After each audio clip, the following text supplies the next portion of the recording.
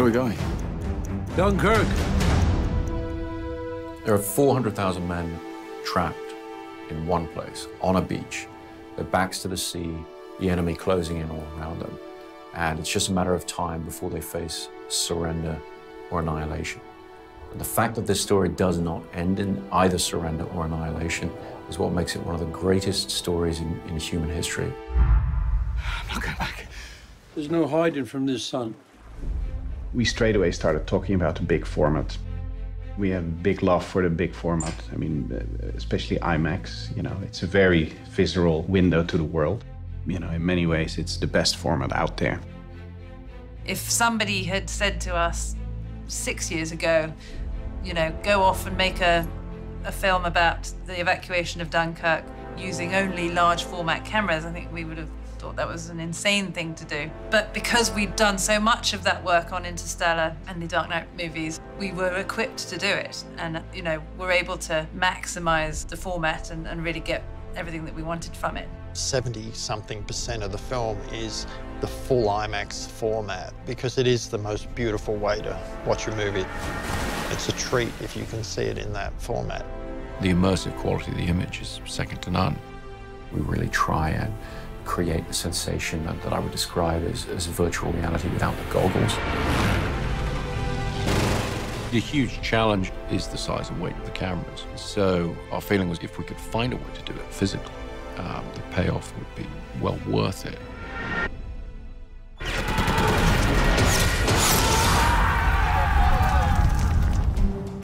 I really wanted to make that camera work as any other camera you would use.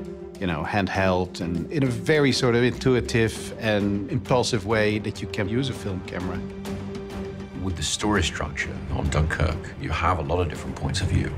So we're always, you know, in the cockpit of the Spitfire up in the air. We're always down, you know, with the guys on the beach or in the water with them. We're always on this yacht crossing the channel.